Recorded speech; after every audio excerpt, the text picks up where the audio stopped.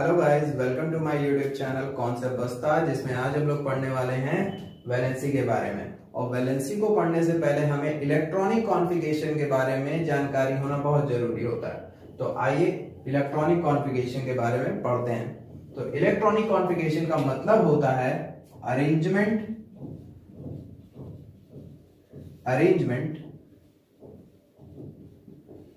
Of electrons. तो arrangement of electron को ही हम क्या बोल देते हैं? इलेक्ट्रॉनिक कॉन्फ़िगरेशन बोल देते हैं। अब इस अरेंजमेंट ऑफ इलेक्ट्रॉन को किसने समझाया था? तो इस अरेंजमेंट ऑफ इलेक्ट्रॉन को समझाने के लिए जो है हम बोर्स एटॉमिक मॉडल का यूज करेंगे। Bohr's atomic model.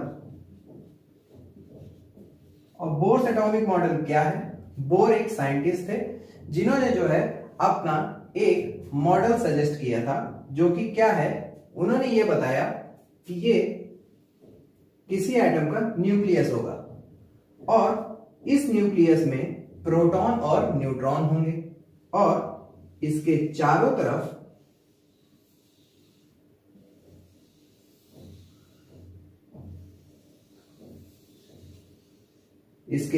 तरफ इलेक्ट्रॉन्स हमेशा चक्कर लगाते रहेंगे।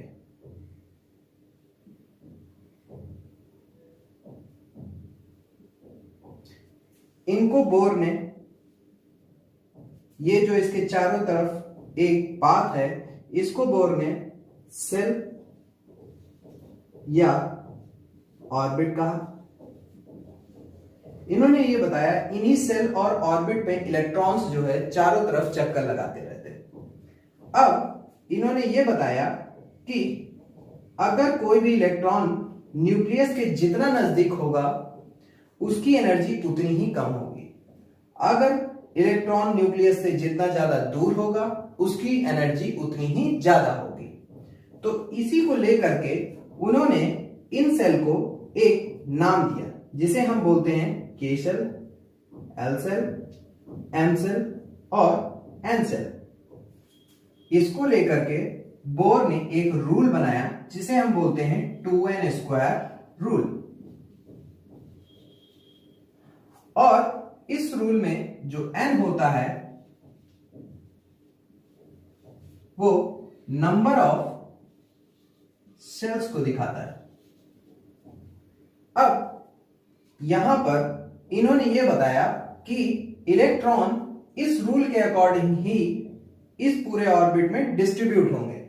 तो अगर हम नंबर 1 सेल की बात करते हैं तो n की वैल्यू हो जाती है यहां पर 1। अगर n की वैल्यू 1 होगी तो इस 2n² के रूल में अगर हम वैल्यू पुट करते हैं इसकी, तो इससे हमको ये पता चलेगा कि 2 × 1 का स्क्वायर इज इक्वल्स टू 2 होता है। तो इस सेल में, मतलब के सेल में नंबर ऑफ इलेक्ट्रॉन्स होंगे 2। और यहां पर अगर n की वैल्यू 2 लेते हैं फॉर सेल नंबर 2, तो 2n² के अगर रूल में वैल्यू पुट करते हैं तो 2 × 2 का स्क्वायर हो जाएगा। तो ये कितना हो जाएगा? 8। मतलब L सेल में मैक्सिमम 8 इलेक्ट्रॉन्स होंगे। n, अगर सेल नंबर 3 की बात करते हैं तो n की वैल्यू हो जाएगी 3। तो 2n² के रूल के अकॉर्डिंग 2 × 3 की पावर 2 हो जाएगा, जो कि होता है 18। मतलब m सेल में 18 इलेक्ट्रॉन्स होंगे। अगर हम n की वैल्यू 4 रखते हैं तो 2n² में, तो 2 × 4 का स्क्वायर मींस 32 इलेक्ट्रॉन्स। मतलब n सेल में 32 इलेक्ट्रॉन्स होंगे।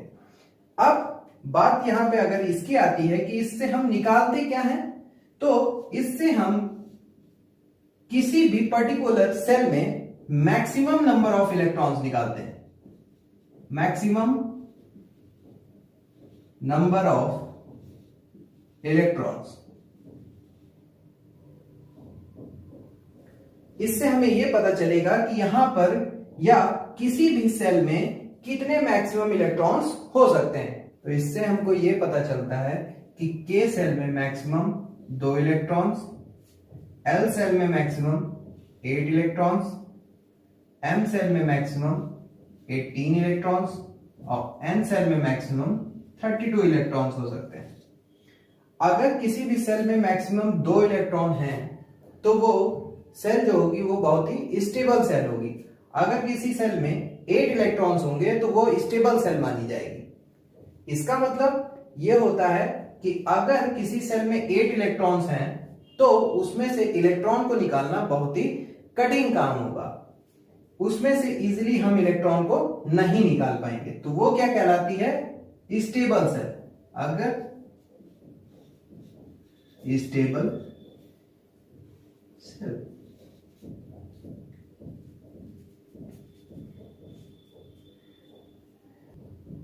तो आइए अब हम जानेंगे इलेक्ट्रॉनिक कॉन्फ़िगरेशन ऑफ एलिमेंट्स के बारे में। तो आइए देखते हैं इन एलिमेंट्स के इलेक्ट्रॉनिक कॉन्फ़िगरेशन के बारे में। तो हाइड्रोजन जो कि पहला एलिमेंट है उसका एटॉमिक नंबर है 1 और इसका जो सिंबल होता है वो होता है H। और इसके अगर हम इलेक्ट्रॉनिक कॉन्फ़िगरेशन करते हैं तो K सेल में मैक्सिमम 2 इलेक्ट्रॉन्स रह सकते हैं। तो इसका एटॉमिक नंबर 1 होने की वजह से इसके पास सिर्फ एक ही इलेक्ट्रॉन है। तो पहले सेल में यहां पर 1 इलेक्ट्रॉन हो जाएगा। हीलियम का एटॉमिक नंबर होता है 2 और इसका सिंबल होता है He। और एटॉमिक नंबर 2 होने की वजह से इसके पास मैक्सिमम 2 इलेक्ट्रॉन होंगे और के सेल में मैक्सिमम 2 ही इलेक्ट्रॉन हो सकते हैं। लिथियम का एटॉमिक नंबर होता है 3 और इसका सिंबल होता है Li।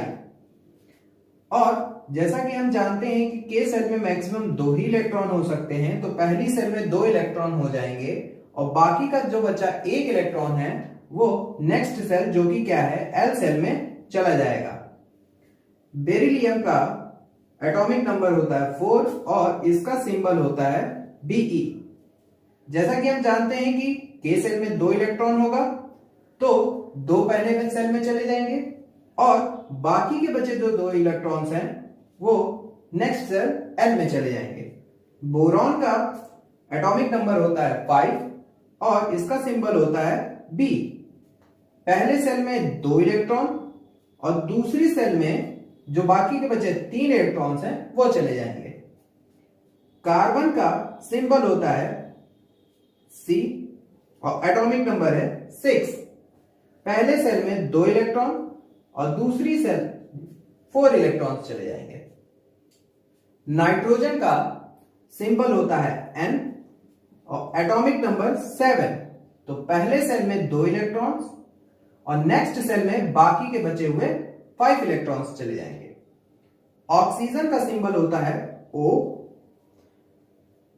तो जैसा कि अब हम जानते हैं कि इसका एटॉमिक नंबर होता है 8। तो पहले सेल में 2 इलेक्ट्रॉन और नेक्स्ट सेल में बाकी के बचे हुए 6 इलेक्ट्रॉन्स चले जाएंगे। फ्लोरीन का सिंबल होता है F, एटॉमिक नंबर 9। तो पहले सेल में 2 इलेक्ट्रॉन्स और नेक्स्ट सेल में 7 इलेक्ट्रॉन्स जाएंगे क्योंकि इसमें 2 इलेक्ट्रॉन्स देने के बाद यहां पर 7 इलेक्ट्रॉन्स ही बचते हैं। नियॉन का सिंबल होता है Ni और इसका एटॉमिक नंबर होता है 10। तो पहले सेल में 2 इलेक्ट्रॉन और दूसरी सेल में बाकी के बचे 8 इलेक्ट्रॉन्स चले जाएंगे। अब जैसा कि हमने देखा यहां पर कि पहली सेल कंप्लीटली फिल्ड है, दूसरी सेल भी कंप्लीटली फिल्ड है, तो ये एक स्टेबल सेल हो गई। अब यहां हम देखेंगे सोडियम। तो सोडियम का सिंबल होता है Na, एटॉमिक नंबर होता है 11। तो के सेल में 2 इलेक्ट्रॉन, एल सेल में मैक्सिमम 8 ही इलेक्ट्रॉन्स रह सकते हैं, तो हम एल सेल में 8 इलेक्ट्रॉन भर देंगे। उसके बाद जो बचा हुआ 8 इलेक्ट्रॉन है वो नेक्स्ट सेल जो कि एन सेल होगी उसमें चला जाएगा। मैग्नीशियम का सिंबल होता है Mg और एटॉमिक नंबर होता है 12। तो पहली सेल में 2 इलेक्ट्रॉन, दूसरी सेल में मैक्सिमम 8 ही इलेक्ट्रॉन हो सकते हैं और नेक्स्ट सेल में 2 इलेक्ट्रॉन बाकी के बचे चले जाएंगे। ये हमेशा याद रखिएगा कि एल सेल में मैक्सिमम 8 ही इलेक्ट्रॉन हो सकते हैं, इससे ज्यादा आप उसमें नहीं भर सकते। अगर आप उसमें 8 से ज्यादा इलेक्ट्रॉन डालेंगे तो वो गलत कॉन्फ़िगरेशन होगा। अब आइए देखते हैं एल्यूमिनियम का। तो एल्यूमिनियम का कॉन्फ़िगरेशन होता है, एल्यूमिनियम का सिंबल होता है Al, एटॉमिक नंबर होता है 13 और जैसा कि हम जानते हैं कि के सेल में 2 इलेक्ट्रॉन्स, एल सेल में 8 इलेक्ट्रॉन और बाकी के बचे जो 3 इलेक्ट्रॉन्स हैं वो नेक्स्ट सेल एम में चले जाएंगे। सिलिकॉन का सिंबल होता है Si, एटॉमिक नंबर 14। अब 2 इलेक्ट्रॉन फर्स्ट सेल में, एल सेल में 8 इलेक्ट्रॉन्स और एन सेल में 4 इलेक्ट्रॉन्स चले जाएंगे। फॉस्फोरस आ जाते हैं। तो फॉस्फोरस का सिंबल होता है P, एटॉमिक नंबर होता है 15। तो पहली सेल में 2 इलेक्ट्रॉन्स, नेक्स्ट सेल में 8 इलेक्ट्रॉन्स और उसके बाद नेक्स्ट सेल में बाकी के बचे 5 इलेक्ट्रॉन्स चले जाएंगे। सल्फर का सिंबल होता है S, एटॉमिक नंबर 16 होता है। पहले सेल में 2 इलेक्ट्रॉन, दूसरी सेल में 8 और तीसरी सेल में बाकी के बचे 6 इलेक्ट्रॉन्स चले जाएंगे। क्लोरीन का सिंबल होता है Cl, एटॉमिक नंबर 17 होता है। तो पहले सेल में 2 इलेक्ट्रॉन, दूसरी सेल में 8 इलेक्ट्रॉन्स और तीसरी सेल में 7 इलेक्ट्रॉन्स चले जाएंगे। ऑर्गन का सिंबल होता है Ar, इसका एटॉमिक नंबर होता है 18। तो पहले सेल में 2 इलेक्ट्रॉन, दूसरे सेल में 8 इलेक्ट्रॉन और बाकी के बचे जो 8 इलेक्ट्रॉन है वो नेक्स्ट सेल में चले जाएंगे। अब पोटेशियम और कैल्शियम को आपको ज्यादा ध्यान रखने की जरूरत होती है। क्यों? क्योंकि यहां पर पहली सेल में तो 2 इलेक्ट्रॉन होते हैं, नेक्स्ट सेल में 8 इलेक्ट्रॉन होते हैं, उसके बाद यहां पर जैसा कि हमने आपको बताया था कि के सेल में मैक्सिमम 2 इलेक्ट्रॉन, एल सेल में मैक्सिमम 8 इलेक्ट्रॉन, एन सेल में मैक्सिमम 18 इलेक्ट्रॉन्स और एन सेल में मैक्सिमम 32 इलेक्ट्रॉन्स हो सकते हैं। तो जैसा कि हमने ये बताया था कि एन सेल में 18 इलेक्ट्रॉन्स होंगे, तो यहां पे हम सिर्फ 8 इलेक्ट्रॉन्स को फिल करेंगे जिससे हमें क्या मिलेगी? स्टेबिलिटी मिलेगी और जो बाकी का बचा 8 इलेक्ट्रॉन है वो नेक्स्ट सेल में चला जाएगा। ये अभी आपको समझ में नहीं आएगा, ये आपको नेक्स्ट क्लास में समझ में आएगा कि ऐसा हमने क्यों किया है। तो यहां पर कैल्शियम का सिंबल होता है Ca और एटॉमिक नंबर 20 होने की वजह से पहली सेल में 2 इलेक्ट्रॉन, दूसरी सेल में 8 इलेक्ट्रॉन, नेक्स्ट सेल में 8 इलेक्ट्रॉन और बाकी के बचे जो 2 इलेक्ट्रॉन्स हैं वो एन सेल में चले जाएंगे। तो आई होप आप लोगों को ये मैंने जो इलेक्ट्रॉनिक कॉन्फ़िगरेशन किया है ये सारी की सारी चीजें समझ में आई होंगी। तो अब हम लोग समझेंगे वैलेंसीज निकालना इनकी। तो वैलेंसी की अगर डेफिनेशन की बात करें तो वो क्या होती है? Combining capacity, combining capacity of element.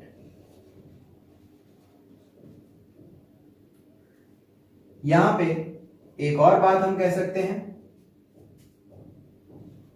Ability to gain और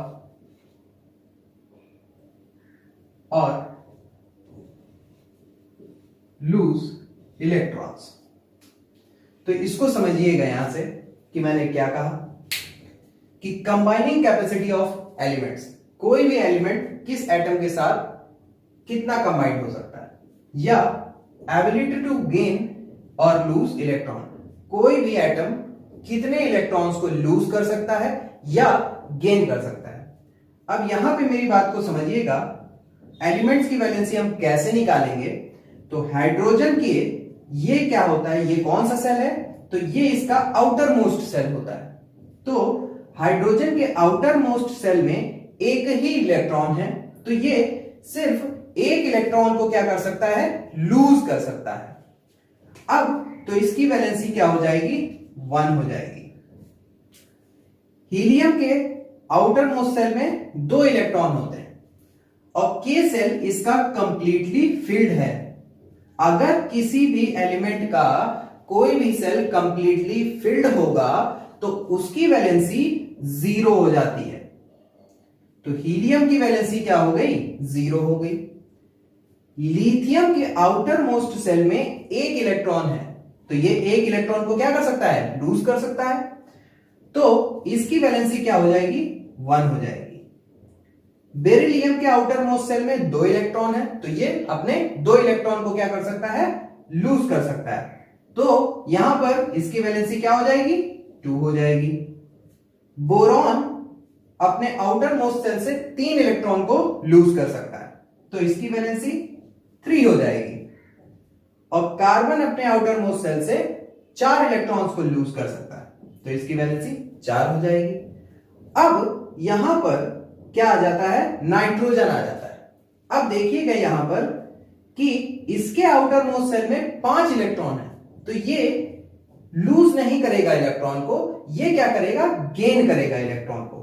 तो इसको अपना ऑक्टेट कंप्लीट करने के लिए एल सेल में मैक्सिमम 8 इलेक्ट्रॉन होने चाहिए। तो यहां पर 5 इलेक्ट्रॉन है, ऑक्टेट कंप्लीट करनी है तो इसको 3 इलेक्ट्रॉन की और जरूरत होगी।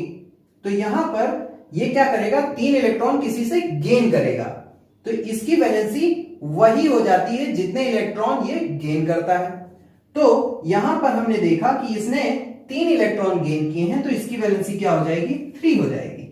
अब यहां पे अगर ऑक्सीजन की वैलेंसी देखते हैं तो यहां पर ऑक्सीजन के आउटर मोस्ट सेल में 6 इलेक्ट्रॉन है, इसको सिर्फ 2 इलेक्ट्रॉनों की जरूरत है जिससे इसका ऑक्टेट कंप्लीट हो जाएगा। अब यहां पर इसको 2 इलेक्ट्रॉन की जरूरत है, तो 2 ये किसी से गेन करेगा। अब 2 इलेक्ट्रॉन अगर ये किसी से गेन करता है तो यही उसकी क्या हो जाती है? वैलेंसी हो जाएगी। तो इसकी वैलेंसी क्या हो गई? 2 हो गई। अब फ्लोरीन के आउटर मोस्ट सेल में 7 इलेक्ट्रॉन्स है, तो ये भी किसी ना किसी एलिमेंट से इलेक्ट्रॉन क्या करेगा? गेन करेगा। तो इसकी वैलेंसी कंप्लीट करने के लिए इसको 1 इलेक्ट्रॉन की जरूरत है, तो इसकी वैलेंसी क्या हो जाएगी? 1 हो जाएगी। अब नियॉन पे आ जाते हैं, तो नियॉन की आउटर मोस्ट सेल में 8 इलेक्ट्रॉन है जो कि एल सेल में है। एल सेल इसकी कंप्लीटली फिल्ड है, जिसकी वजह से इसकी वैलेंसी क्या हो जाती है? 0 हो जाएगी। अब यहां पर सोडियम की वैलेंसी के बारे में समझिए। सोडियम के आउटर मोस्ट सेल में 1 इलेक्ट्रॉन है, तो ये 1 इलेक्ट्रॉन को लूज करेगा, तो यहां पर इसकी वैलेंसी 1 हो जाएगी। मैग्नीशियम के आउटर मोस्ट सेल में 2 इलेक्ट्रॉन है, तो ये 2 इलेक्ट्रॉन को क्या कर देगा? लूज कर देगा, तो इसकी वैलेंसी 2 हो जाएगी।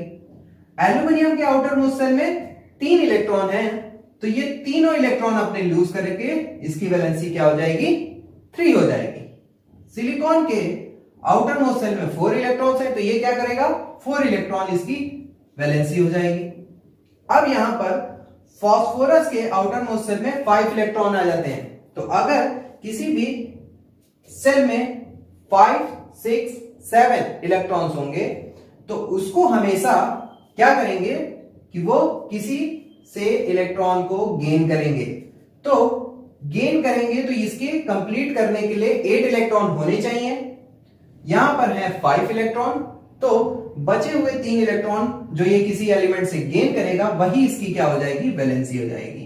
तो इसकी वैलेंसी क्या हो गई? 3 हो जाएगी।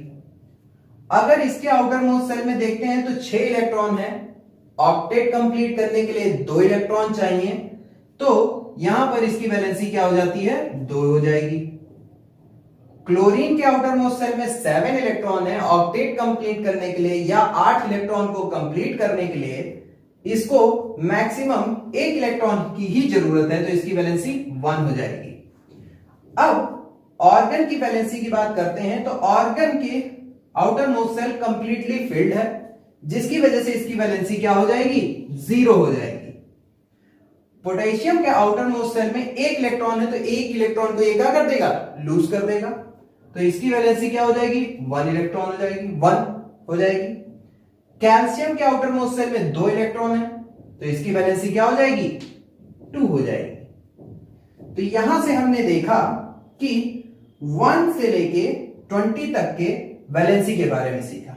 अब यहां से एक बात को और समझिएगा कि अगर किसी भी एलिमेंट के आउटर मोस्ट सेल में 1, 2, 3 इलेक्ट्रॉन्स होंगे या 4 इलेक्ट्रॉन्स होंगे तो उनकी वैलेंसी 1, 2, 3 और 4 ही होगी।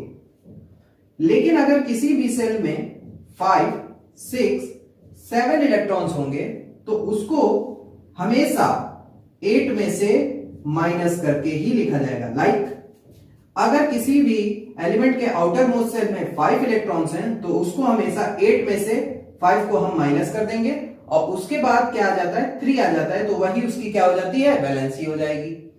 अगर किसी भी एलिमेंट के आउटर मोस्ट सेल में 6 इलेक्ट्रॉन है तो 8 में से 6 माइनस कर देंगे तो उसकी वैलेंसी 2 हो जाएगी। अगर किसी भी एलिमेंट के आउटर मोस्ट सेल में 7 इलेक्ट्रॉन्स है तो 8 में से 7 को माइनस कर देंगे तो उसकी वैलेंसी 1 हो जाएगी। तो यहां से आपने ये समझा कि इसकी वैलेंसीज के बारे में या एलिमेंट्स की वैलेंसीज क्या क्या हो सकती हैं। अभी आपके कोर्स में इतनी ही है, तो बाकी की जो वैलेंसीज हैं, वैसे तो हमारे में बहुत सारे एलिमेंट्स हैं लेकिन हमें सिर्फ 20 एलिमेंट्स के बारे में पढ़ना है। तो आज के लिए इतना ही रखेंगे। आई होप आज जो मैंने आपको पढ़ाया है वो सारी की सारी चीजें आपको समझ में आई होंगी। तो हम लोग नेक्स्ट क्लास में नेमिंग ऑफ आयनिक कंपाउंड के बारे में पढ़ेंगे। तो हमारे चैनल को लाइक करें, सब्सक्राइब करें और शेयर करना ना भूलें।